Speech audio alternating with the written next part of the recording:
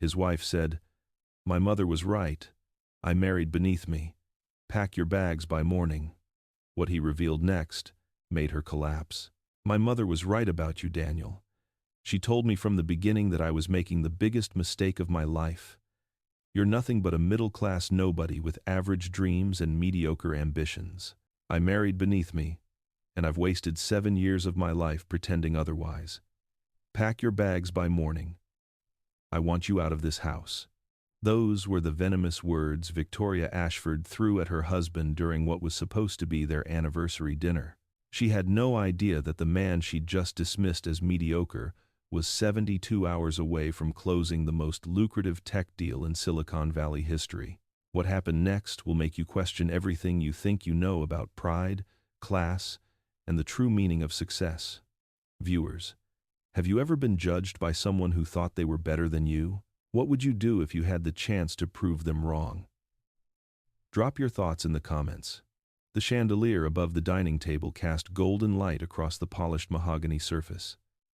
Daniel Monroe sat quietly, watching his wife of 7 years pace back and forth in their Boston townhouse. Her designer heels clicked against the hardwood floor with sharp, angry precision. She wore the black Chanel dress her mother had bought her, the one she always wore when she wanted to remind him of the social gap between them. It was supposed to be their anniversary. He'd made reservations at her favorite restaurant months ago, but Victoria had canceled them without telling him, choosing instead to have dinner with her mother at the country club. He'd found out only when he arrived at the restaurant alone, the reservation already given away. Now she stood before him with her arms crossed, her perfectly styled blonde hair framing a face twisted with contempt. 7 years, she said, her voice cold and measured. 7 years I've defended you to my family. 7 years I've made excuses for why my husband works at some no-name tech company instead of Goldman Sachs or McKinsey. 7 years of embarrassment. Daniel's hands rested calmly on his lap. He'd known this moment was coming. The signs had been there for months.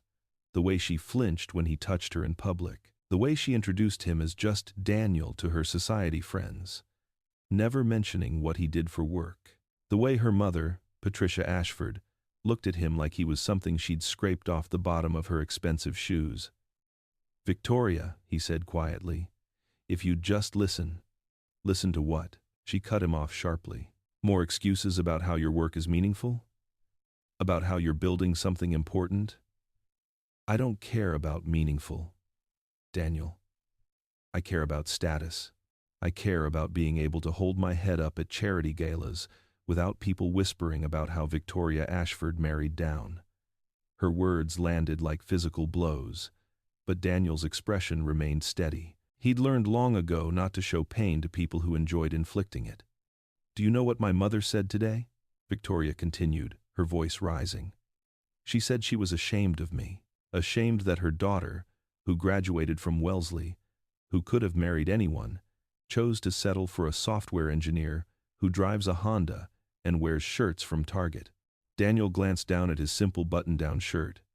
It was clean, pressed, professional, but it wasn't designer. It didn't have a label that would impress Patricia Ashford's country club friends.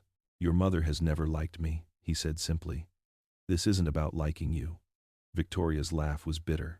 "This is about the fact that you're not good enough for this family. You never were."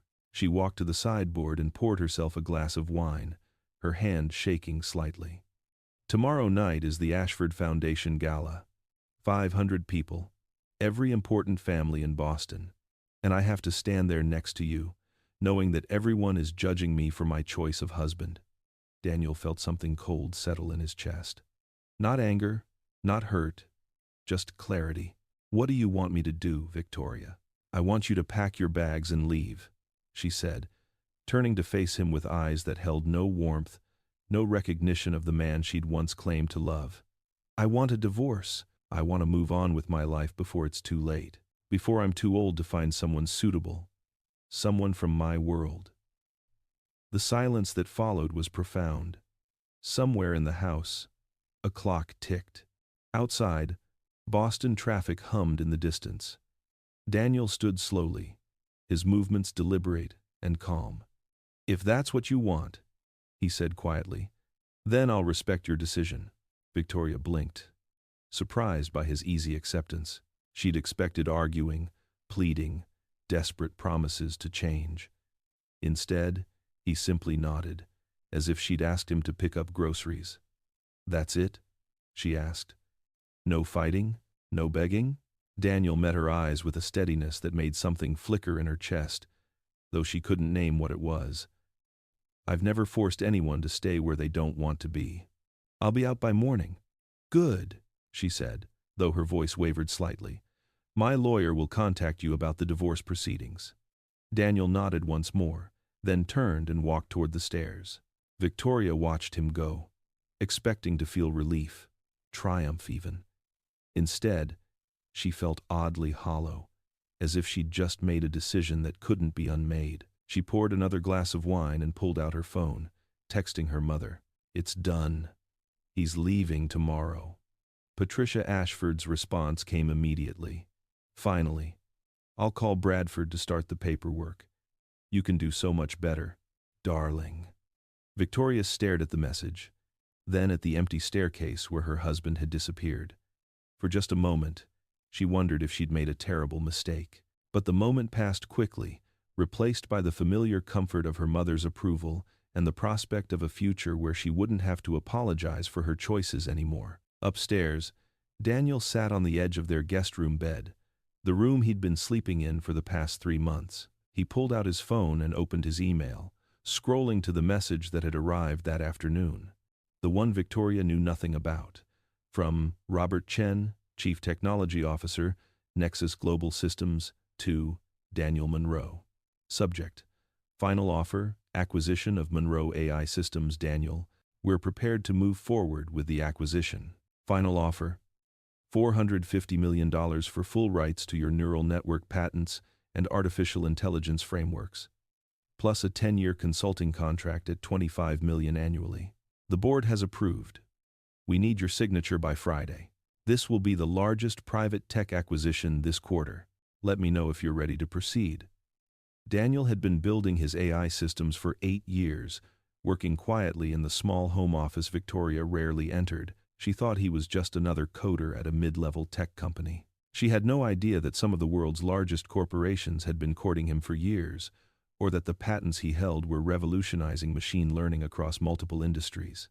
He'd kept it quiet, not from shame, but from a desire to build something meaningful without the pressure of outside expectations. His mother had taught him that. Margaret Monroe had raised him alone after his father died, working 2 jobs to put him through MIT. She'd taught him that real worth wasn't measured by country club memberships or designer labels, but by what you created, what you contributed, what you built with your own hands and mind. Victoria had met Margaret exactly 3 times. Each time, Patricia Ashford had made subtle comments about Daniel's humble background, about his mother's working-class accent, about the small apartment in Dorchester, where Margaret still lived because she liked her neighbors and her community.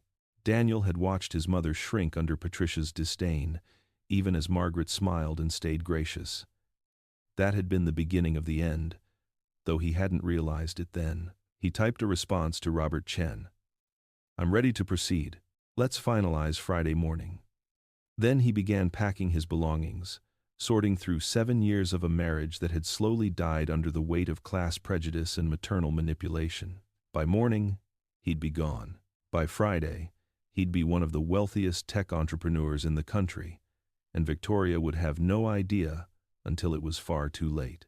The next morning arrived with pale gray light filtering through the curtains. Daniel carried his last suitcase down the stairs at 6:30, moving quietly through the house he'd helped purchase, the home he'd maintained, the space that had never quite felt like his. Victoria stood in the kitchen wearing her silk robe, perfectly composed even at this early hour. Her coffee sat steaming on the marble counter, the morning newspaper folded beside it. She looked up when he entered, her expression neutral, almost businesslike. You're actually leaving, she said, as if she'd half expected him to back down overnight. I told you I would, Daniel replied, setting his suitcase by the door. Good, she said, though something in her tone suggested she was trying to convince herself as much as him. Bradford will send you the divorce papers within the week. The house stays with me, obviously. My family helped with the down payment. Daniel nodded. That's fine. The house is yours. Victoria frowned slightly, surprised again by his lack of resistance. She'd been prepared for arguments about property division, about shared assets, about the life they'd built together. What about your car? The Honda is in your name. You can keep it, Daniel said. I'll arrange my own transportation. Her frown deepened. You're being oddly cooperative about all this. Because I respect your decision, he replied simply. If you're happier without me, then there's nothing to fight about. Something flickered across Victoria's face, hurt maybe, or confusion, but it disappeared quickly. She straightened her shoulders and lifted her chin in that way she'd learned from her mother, the gesture that said she was above whatever situation she found herself in. Where will you go? She asked, her tone suggesting she didn't really care but felt obligated to ask. I have arrangements, Daniel said, which was true. He'd already signed a lease on a penthouse apartment in the Seaport district, the kind of place Victoria would have loved if she'd known about it. The closing wasn't until next week, but Robert Chen had offered him temporary accommodations at the Nexus corporate housing. What about work? She pressed. Will you stay in Boston? That depends, he said, pulling on his jacket. I have some business to finalize this week. After that, we'll see. Victoria took a sip of her coffee, studying him over the rim of her cup. Something felt off about his calmness, about the way he seemed almost relieved rather than devastated. You're taking this remarkably well, she observed. Maybe I'm just tired of fighting a battle I was never going to win, Daniel replied. Your mother made it clear from day one that I wasn't good enough, and you made your choice. He picked up his suitcase and one last duffel bag. The door clicked softly behind him as he stepped out into the cool Boston morning. Victoria stood in the kitchen, alone with her coffee and her conviction that she'd made the right choice. Her phone buzzed with a text from her mother. Is he gone? Yes, Victoria typed back. Just left. Come for lunch. We'll celebrate your freedom. Victoria looked around the empty house, listening to the silence. Freedom, she thought.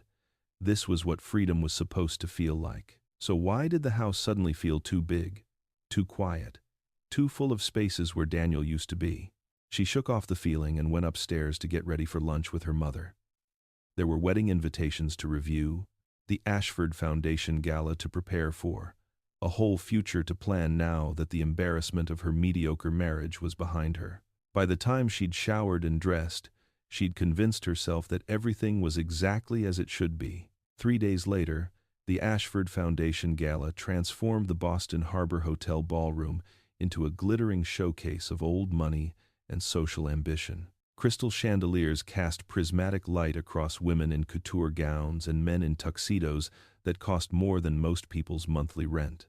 Victoria stood near the entrance in a champagne-colored Valentino dress, her mother beside her in elegant black, both scanning the room with the practiced eye of social predators identifying their prey.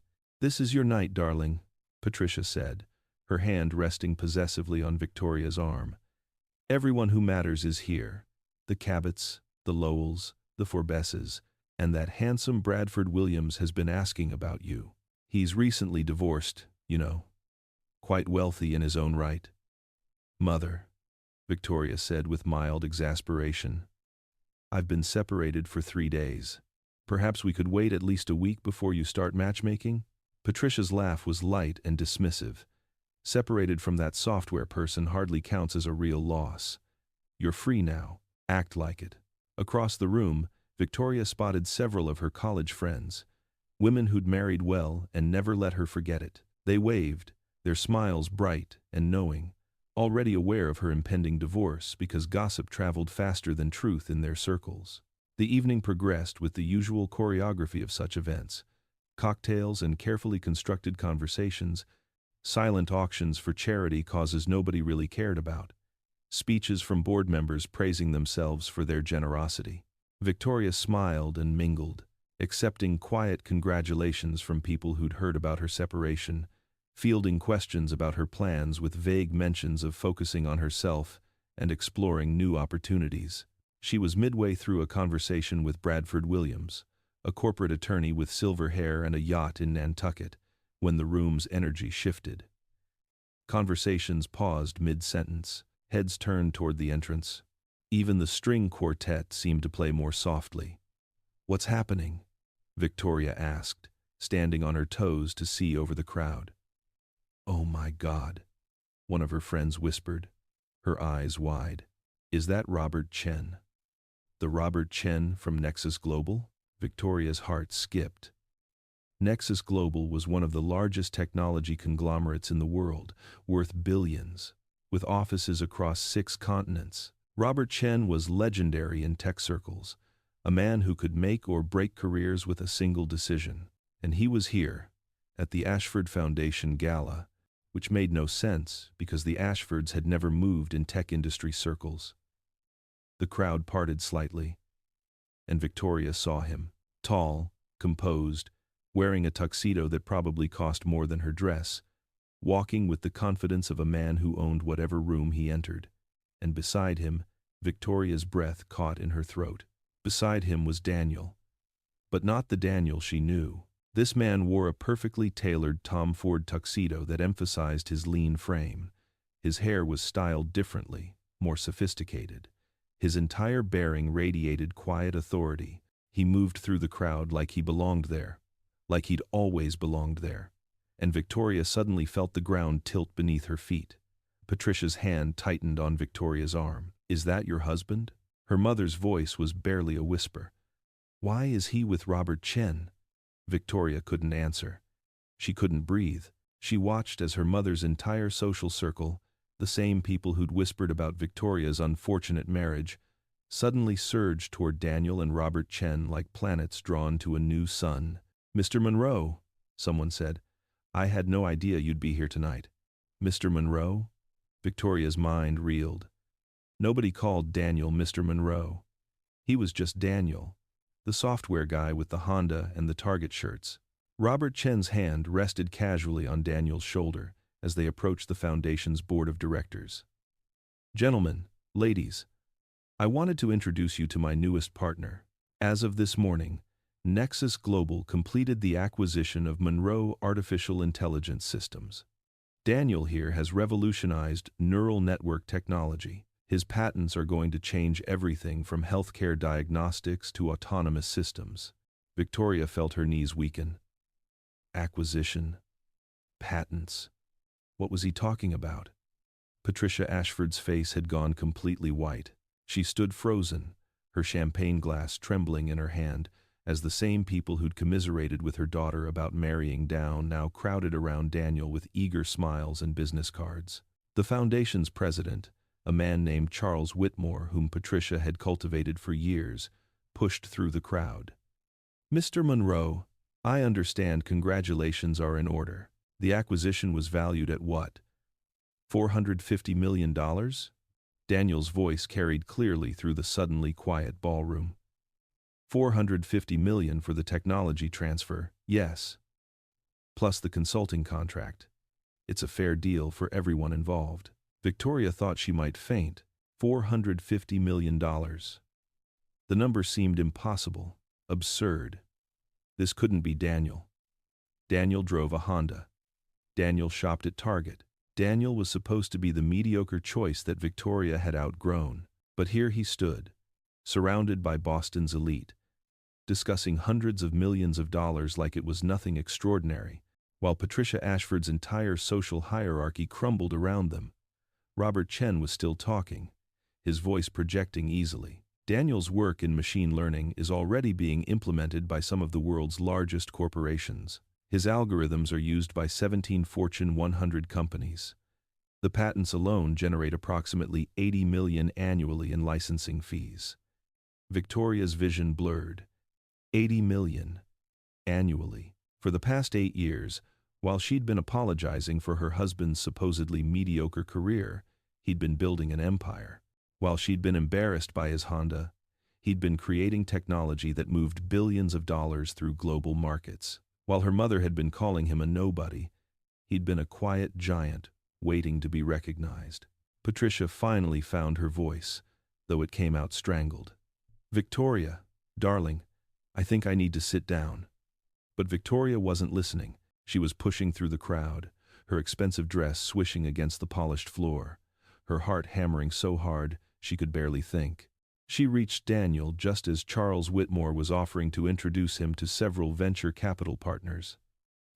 "Daniel," she said, and her voice cracked on his name. He turned slowly, and when his eyes met hers, there was no warmth there, no recognition of their 7 years together, just polite, distant acknowledgement.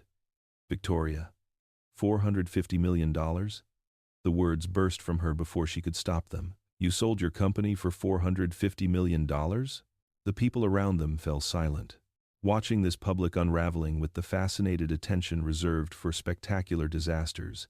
Daniel's expression remained neutral. The technology was worth considerably more, but the terms were favorable. Patricia Ashford appeared beside her daughter, her face a mask of forced composure. "Daniel, I had no idea you were involved in such impressive work." She practically choked on the words. "Really?" Daniel's tone was mild, conversational. "That's interesting, Mrs. Ashford, because I mentioned my research several times over the years. But you were more interested in discussing how disappointing it was that I didn't work at McKinsey." The gathered crowd gasped softly. Open social warfare between the Ashfords and anyone was entertainment they rarely witnessed. Patricia's face flushed red.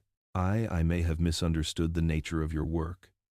"You understood perfectly," Daniel replied, his voice still quiet but carrying an edge that silenced the entire ballroom. "You understood that I came from Dorchester, that my mother worked as a nurse's aide, that I didn't summer in the Hamptons or winter in Aspen. What you didn't understand is that wealth and worth aren't the same thing, and that your daughter married someone who built his success from scratch instead of inheriting it from ancestors who got rich 2 centuries ago." Victoria felt tears burning behind her eyes. "Daniel, please, we need to talk. Privately, do we?" he asked. "Because 3 days ago, you told me to pack my bags. You told me I was beneath you. You told me your mother was right about what a mistake I was. She'd said all of that and more. And now she was standing in a ballroom full of Boston's social elite, watching those words detonate her entire life. "I didn't know," she whispered. "You didn't ask," Daniel corrected gently. "In 7 years, Victoria, you never once asked about my work. You never visited my office. You never asked why I spent long nights at my computer. You decided what I was worth based on what car I drove and what my mother did for a living." Robert Chen cleared his throat diplomatically. "Daniel, we should probably continue our rounds. There are several people who want to discuss the healthcare implementation." Daniel nodded, then looked at Victoria one last time. "I hope you find what you're looking for," he said, and there was no cruelty in his voice, just finality. "But you won't find it by measuring people against your mother's expectations." He turned and walked away, Robert Chen beside him, leaving Victoria standing alone in her champagne Valentino dress while 500 people watched her world collapse. Patricia Ashford gripped her daughter's arm, her fingers digging in hard enough to bruise. "We need to leave," she hissed. "Now." But Victoria couldn't move. She watched Daniel move through the crowd, watched Boston's elite circle him like he was exactly what he'd always been. Someone extraordinary who didn't need their approval or their recognition. He'd built an empire in silence and walked away from her without a backward glance. And she'd thrown him away because her mother told her to. The Ashford Foundation gala continued around them, but Victoria heard none of it. She stood frozen, watching the husband she'd dismissed as mediocre become the most sought-after person in the room, while her own value in their social hierarchy plummeted with every whispered conversation, every shocked glance, every realization that Victoria Ashford had just made the most expensive mistake of her life. Someone laughed nearby, the sound sharp and unkind. It might have been about her. It might have been about something else entirely. Victoria no longer knew the difference. 1 week later, Victoria sat alone in the townhouse that suddenly felt like a mausoleum. The divorce papers Bradford Williams had drawn up lay untouched on the dining room table. She'd read through them 3 times, her hands shaking more with each reading. The terms Daniel's lawyers had proposed were simple and devastatingly generous. He wanted nothing. Not the house, not the furniture, not a single shared asset from their marriage. He'd even arranged to pay off the remaining mortgage, gifting her the property free and clear. It was the kind of settlement that should have made her grateful, relieved even. Instead, it felt like the ultimate dismissal. He was so wealthy now that their shared life together wasn't even worth fighting over. She was a footnote he was paying to go away. Her phone buzzed constantly with messages she couldn't bring herself to answer. Friends who'd witnessed the gala disaster, asking if she was okay with a curiosity that felt more like schadenfreude. Her mother, calling every few hours with increasingly frantic suggestions about damage control. Bradford Williams, offering legal advice she hadn't asked for. Only one message made her actually look at the screen. It was from Margaret Monroe, Daniel's mother. Dear Victoria, I heard about the separation. I'm sorry things didn't work out between you and my son. Daniel loved you very much, even when that love wasn't returned the way he deserved. I hope you find happiness, but I also hope you learn something from this.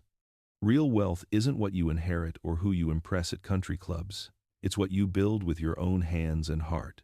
Daniel learned that from watching me work 3 jobs to put him through school. I'm proud of what he's accomplished, but I'm more proud of the man he became despite people telling him he wasn't good enough. Be well, Margaret Monroe. Victoria read the message 5 times, each word landing like a small, precise knife to her conscience. She thought about Margaret, the woman she'd barely acknowledged at family gatherings, the woman Patricia had dismissed as common. That common woman had raised a son who'd just sold his company for hundreds of millions of dollars while maintaining enough grace not to destroy Victoria in the divorce. The doorbell rang, startling her from her thoughts. When she opened it, a courier stood holding a large manila envelope. Delivery for Victoria Ashford, he said. She signed mechanically and carried the envelope inside. It was from Nexus Global's legal department. Inside was a letter on heavy corporate stationery. Dear Mrs. Monroe, as part of the Monroe AI Systems acquisition, we're required to notify all immediate family members of significant asset transfers and corporate restructuring. Per Mr. Monroe's instructions, we're informing you that his consulting contract with Nexus Global includes annual compensation of $25 million for the next 10 years, along with stock options currently valued at approximately $75 million. Additionally, Mr. Monroe has established the Margaret Monroe Foundation for Educational Access, endowed with $50 million to provide full scholarships to students from working-class backgrounds pursuing degrees in technology and engineering. We're required to inform you of these arrangements due to the timing of your divorce proceedings. Please be advised that these assets were developed and earned prior to the formal separation and thus may be subject to community property considerations, depending on your state's marital asset laws.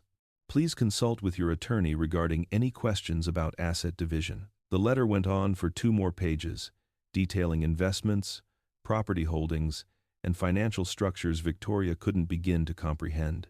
At the bottom, a handwritten note in Daniel's precise script.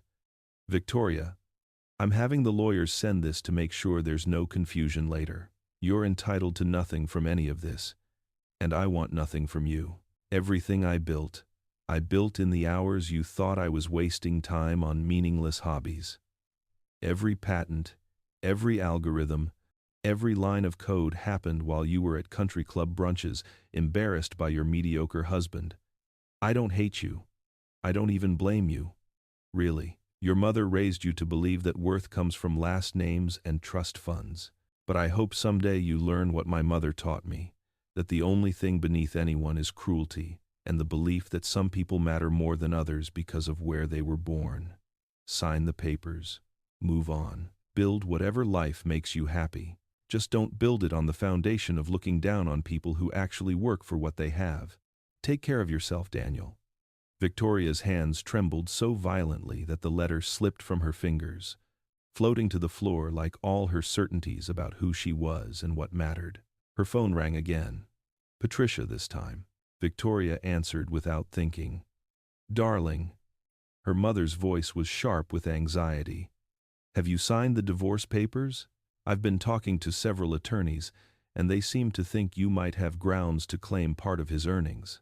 The technology was developed during your marriage. After all, Massachusetts has favorable laws for mom," Victoria interrupted, her voice strange to her own ears. "Do you remember when Daniel tried to tell you about his research at Thanksgiving 3 years ago?" Patricia paused. "What?" "The Thanksgiving when Daniel spent 20 minutes explaining his neural network project, and you cut him off to ask why he didn't just get a real job at a real company? Do you remember that?" I may have been insensitive," Patricia admitted carefully. "But darling, that's not the point right now.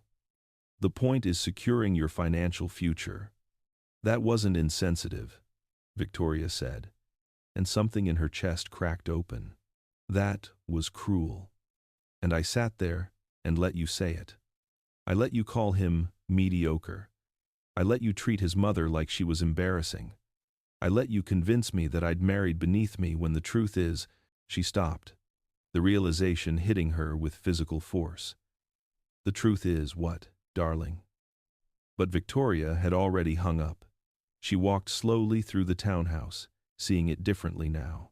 The home office where Daniel had worked late into countless nights.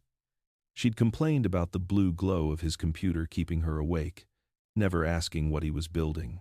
The bookshelf filled with technical manuals and AI research papers she'd dismissed as boring. The framed photo of his MIT graduation, his mother beaming beside him in a dress Victoria recognized from Goodwill because Patricia had commented on it with thinly veiled disdain. Daniel had lived in this house for 7 years, building an empire in silence while Victoria apologized for his existence. And when he'd walked away, he'd done it with more grace than she'd ever shown him.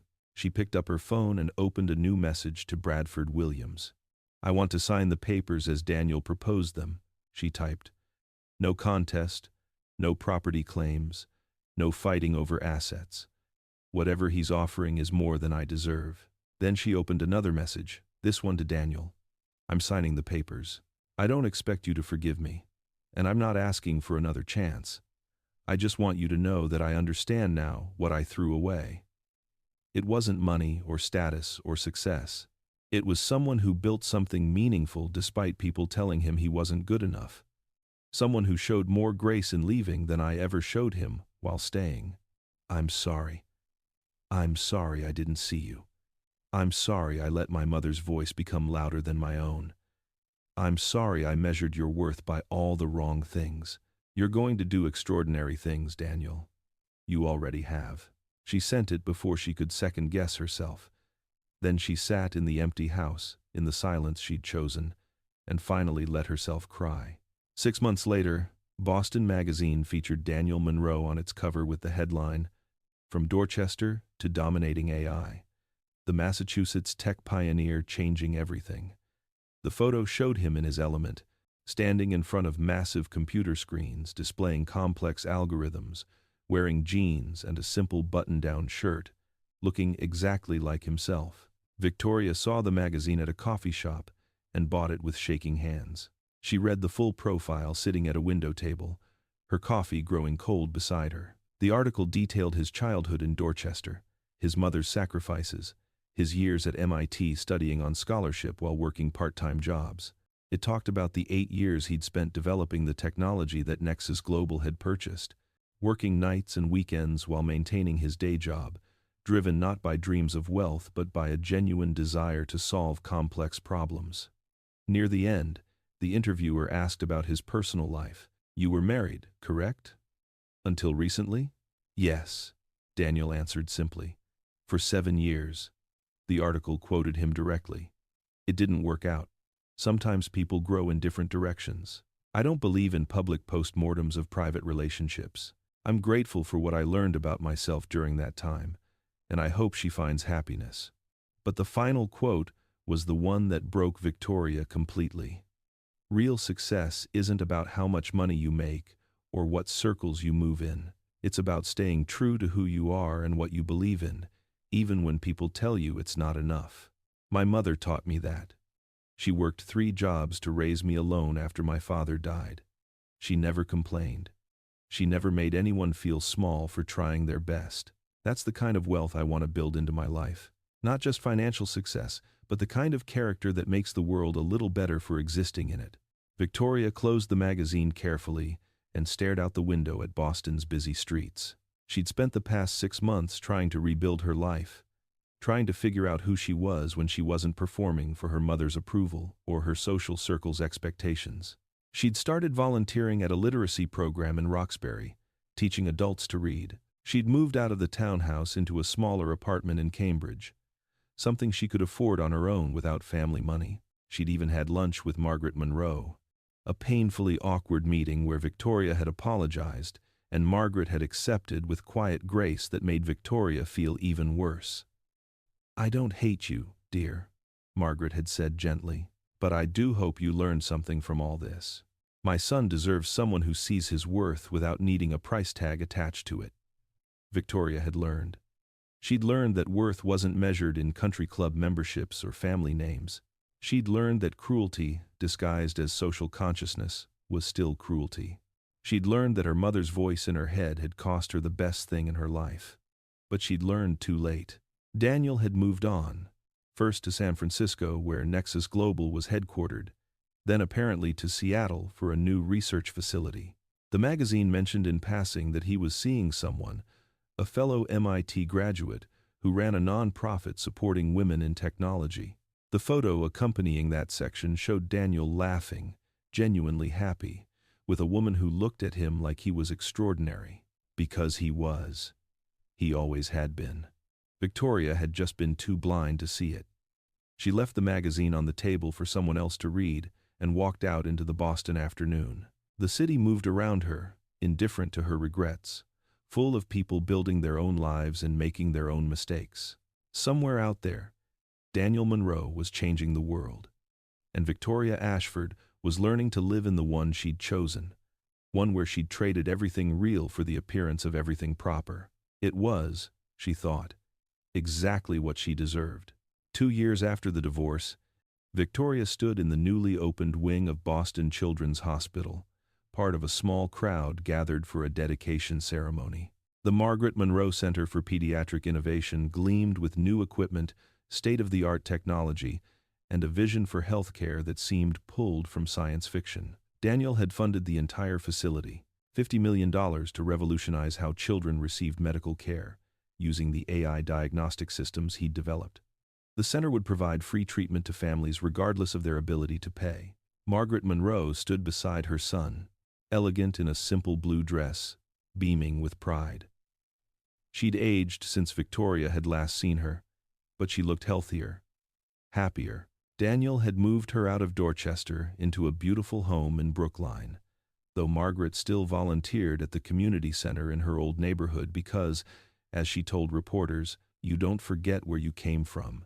Victoria had come to the ceremony uninvited, standing at the back of the crowd where she hoped Daniel wouldn't notice her. She just wanted to see him once more, to witness what he'd built from the ashes of their broken marriage. When he approached the podium to speak, the crowd fell silent. He looked good, confident, successful, but still fundamentally himself. The same quiet strength, the same careful consideration before speaking, everything she'd failed to appreciate.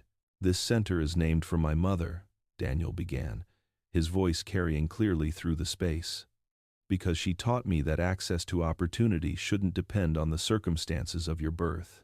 She taught me that every person has inherent worth regardless of their economic status, their neighborhood, or their family name."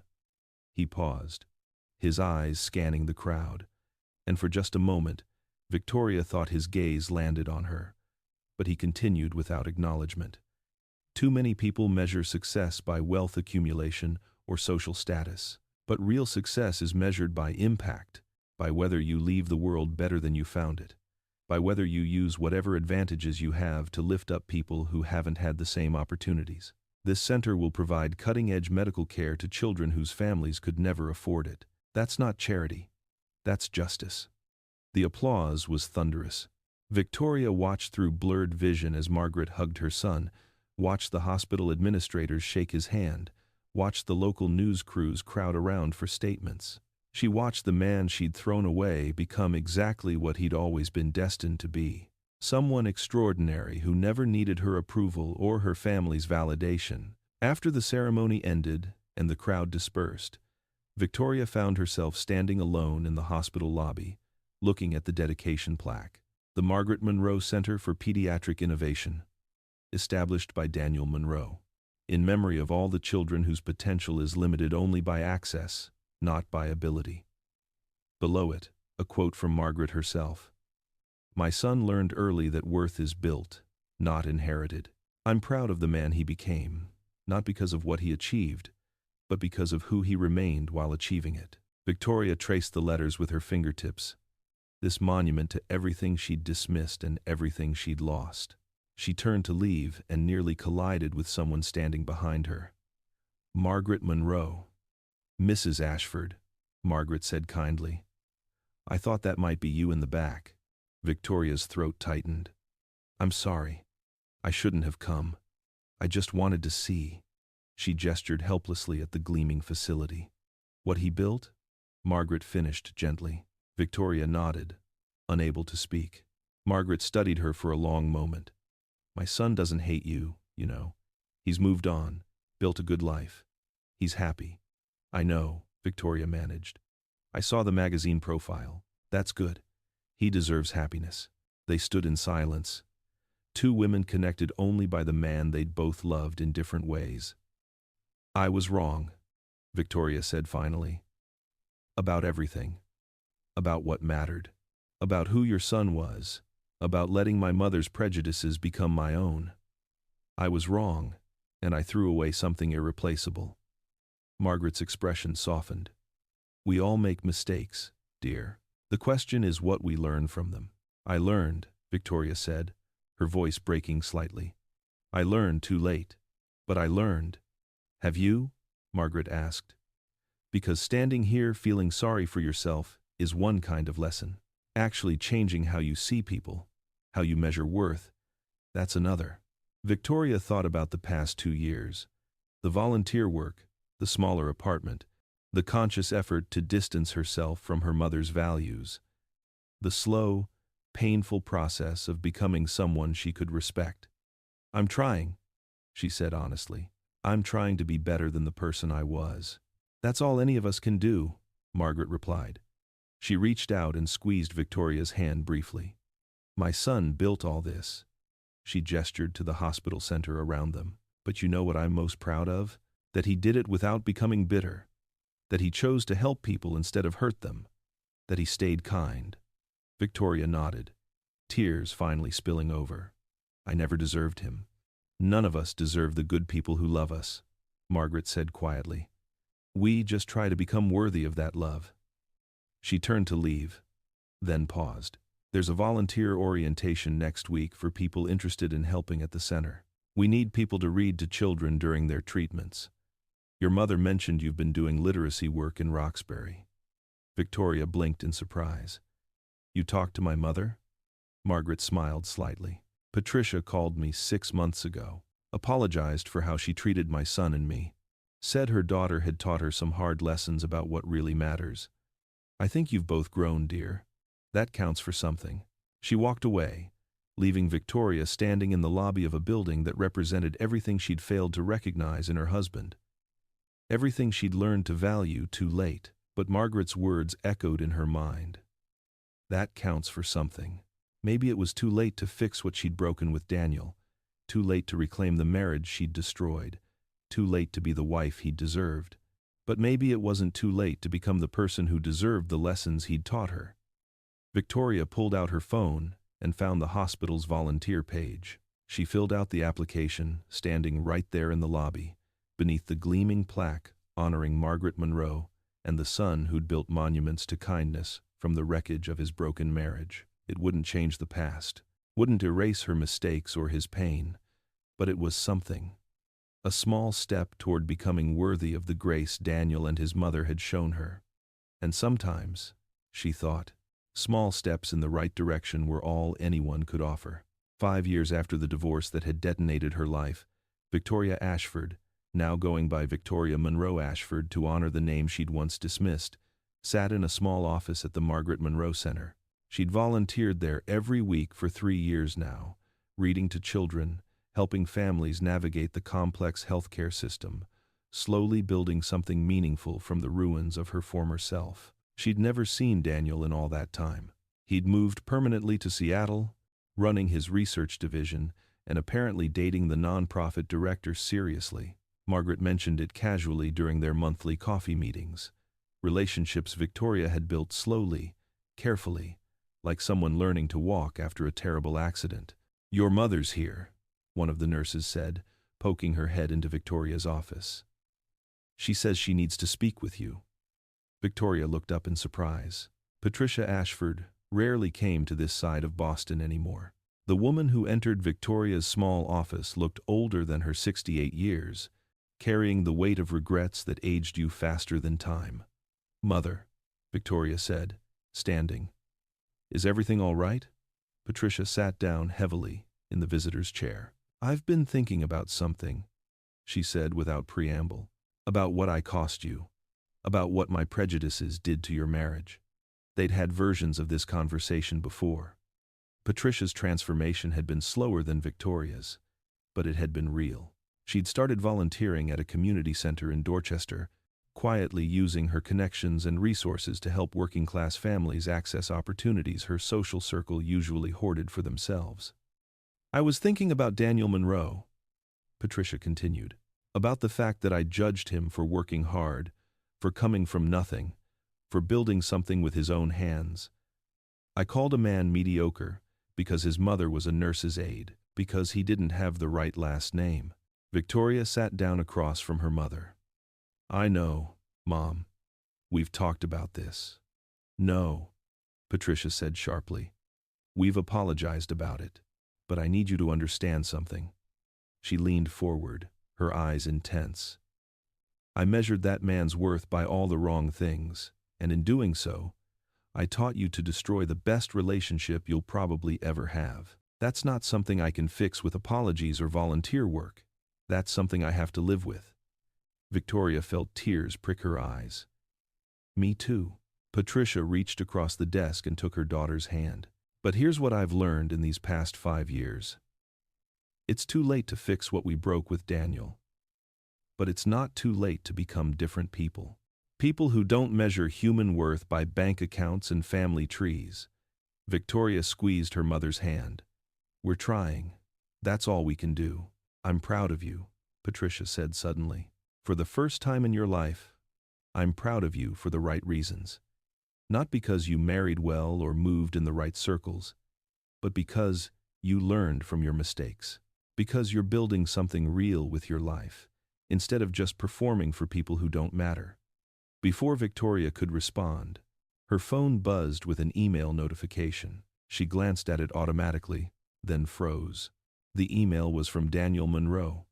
She must have made some sound because Patricia leaned forward, concerned. "What is it?" Victoria couldn't speak. She just turned her phone so her mother could see. "Dear Victoria, I hope this email finds you well. My mother tells me you've been volunteering at the center for several years now. She speaks highly of your work with the children and families there. I wanted to reach out because I'm establishing a new foundation focused on breaking down class barriers in education and healthcare access. It's important work, and I need people who understand both sides of the privilege divide. People who've learned hard lessons about worth and value. I know we haven't spoken in 5 years. I know the past can't be undone. But my mother believes you've done genuine work to become a different person than you were when we were married. She thinks you might be interested in joining the foundation's board.